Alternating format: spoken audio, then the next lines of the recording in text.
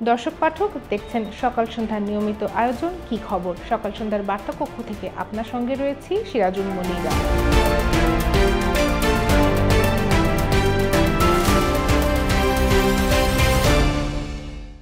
সরকারি চাকরিতে কোটা ব্যবস্থা বাতিল করে 2018 সালে জারি করা পরিপত্র পুনর্বহালের দাবিতে আবারও পথে নেমেছেন আন্দোলনকারীরা। বৈষম্য বিরোধী ছাত্র আন্দোলনের ব্যানারে এবার আন্দোলন চলছে। মঙ্গলবার তাদের শাহবাগ অবরোধ করতে দেখা গেছে।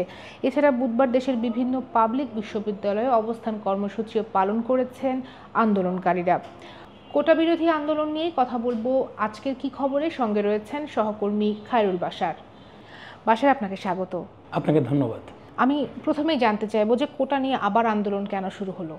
2018 সালে মুক্তিযুদ্ধ সন্তানদের কোটা বাতিল করে একটি পরিপত্র জারি করা হয় জনপ্রশাসন মন্ত্রণালয় থেকে। পরবর্তীতে 2020 সালে গিয়ে সেই জনপ্রশাসন মন্ত্রণালয়ের যে পরিপত্র সেটিকে রিট করে মুক্তিযোদ্ধা সংসদ কমান্ডের সভাপতি ওয়াহিদুল হক, এবং সেই রিটের প্রেক্ষিতে গত 5 জুন কোর্ট থেকে একটি রায় আসে, যেটা মুক্তিযোদ্ধা সন্তানদের মানে যে কোটা পুনর্বহালের কথা।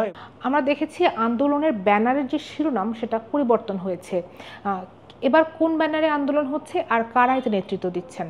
আচ্ছা, কোটার এই নতুন রায়ের পরে গত 9 জুন ঢাকা বিশ্ববিদ্যালয়ের শিক্ষার্থীবৃন্দর একটি ব্যানারে আন্দোলন তৈরি হয়। সেদিনই জড়ো হয় ঢাকা বিশ্ববিদ্যালয় এলাকায় ছাত্ররা, এবং পরবর্তীতে যেটা দেখা যায় যে সেই আন্দোলনে মূলত নেতৃত্ব দিয়েছে ছাত্র শক্তি নামে একটি সংগঠন, যেটা হচ্ছে মূলত সাবেক ছাত্র অধিকার পরিষদ নেতা এবং ডাকসুর সমাজ কল্যাণ বিষয়ক সম্পাদক আক্তার হোসেনের একটি ছাত্র সংগঠন। তিনি সেই সংগঠনটির আহ্বায়ক।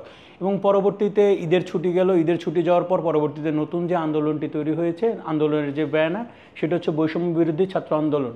এবং সেই নতুন ব্যানারের বিষয়ে আমরা জানতে চেয়েছিলাম, সাবেক এবং বর্তমান নেতাদের সঙ্গে কথা বলেছি। তাদের যে মতামত সেটা হচ্ছে আন্দোলনটাকে আরও বেশি সার্বজনীন করার জন্য, এবং তারা একটি গ্রুপের মাধ্যমে একটি পোল সৃষ্টি করেছিল, সেখানে ভোটাভুটির মাধ্যমেই এই নতুন যে নামের ব্যানার সেই ব্যানারটি আসে। কিন্তু সেই নতুন যে ব্যানার সেই ব্যানারও মূলত ছাত্র শক্তির যে সদস্য সচিব নাহিদ ইসলাম তিনিই নেতৃত্ব দিচ্ছেন এবং কোটা আন্দোলনের সমন্বয়কারী ভূমিকা পালন করছেন।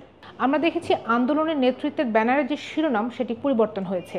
এবার কারা আন্দোলনের নেতৃত্ব দিচ্ছেন এবং কোন ব্যানারে এবার আন্দোলনটা হচ্ছে?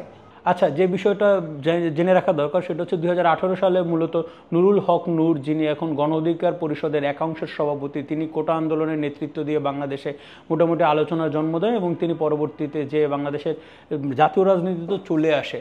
তো তার সাথে আমাদের কথা হয়েছে, তিনি যেটা বলার চেষ্টা করেছেন সেটা হচ্ছে গিয়ে তিনি আসলে যখন 2018 সালে যে নেতৃত্ব দিয়েছিলেন তখন তিনি ছাত্র ছিলেন, এখন তিনি ছাত্র না, যার ফলে বিশ্ববিদ্যালয়ে গিয়ে তার পক্ষে আন্দোলন করা সম্ভব হয়ে ওঠে না। এবং তিনি বলছেন যে যেহেতু তিনি জাতীয় রাজনীতিতে চলে এসেছেন, তার ফলে সে জাতীয় নেতৃত্ববৃন্দ নিয়ে এই আন্দোলন নিয়ে পরবর্তীতে তিনি প্রেস ব্রিফিং সহ নানা বিষয়ে কথা বলবেন, এই কারণে তিনি আন্দোলনের সঙ্গে নাই। তো আগে যারা নেতৃত্ব দিচ্ছিলেন তারা কেন নেই এবার?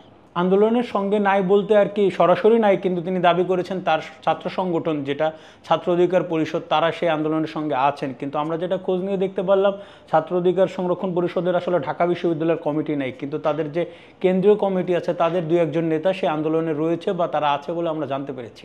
বাসায় আমরা দেখেছি কোটার বিষয়টি আদালতে গড়িয়েছে। আমরা জানি যে আগামীকাল এটি একটি শুনানি আছে, সেই সম্পর্কে আমি আপনার কাছে একটু জানতে চাই। সুপ্রিম কোর্টের আপিল বিভাগে 4 জুলাই একটি শুনানি রয়েছে। সেই শুনানির দিকে মূলত তাকিয়ে রয়েছে সবাই, যারা আন্দোলনের কোটার পক্ষে রয়েছেন এবং যারা বিপক্ষে রয়েছেন, এবং যারা মূলত কোটার বিপক্ষে আন্দোলন করছেন তাদের সাথে আমার কথা হয়েছে। তো তারা বললো যে তারা ধারাবাহিক কর্মসূচি দিয়ে যাচ্ছেন এবং কালকেও তারা মাঠে থাকবেন, যাতে তাদের পক্ষে কোর্ট রায় দেয়, তাদের এরকম একটি চিন্তাভাবনা, এবং তারা সব পাবলিক বিশ্ববিদ্যালয়গুলোতে তাদের কর্মসূচি পালনের আহ্বান জানিয়েছে। বাসায় আপনাকে অনেক ধন্যবাদ। আপনাকেও ধন্যবাদ। দর্শক, এ সংক্রান্ত একটি বিশেষ প্রতিবেদন প্রকাশ হয়েছে সকাল সন্ধ্যায়, সেটি পড়ার আমন্ত্রণ রইল। এছাড়া সকাল সন্ধ্যায় প্রকাশ হয়েছে দেশ বিদেশের নানা খবরের বিশ্লেষণ, প্রকাশ হয়েছে খেলার খবরের খুঁটিনাটি। এসব জানতে পড়তে হবে সকালসন্ধ্যা.com। এছাড়া সামাজিক যোগাযোগ মাধ্যম ইউটিউব, ফেসবুক এবং এক্স হ্যান্ডেলে আমরা প্রকাশ করছি বিভিন্ন ধরনের ডিজিটাল কন্টেন্ট। দেখুন সেগুলো, থাকুন সকাল সন্ধ্যার সঙ্গে।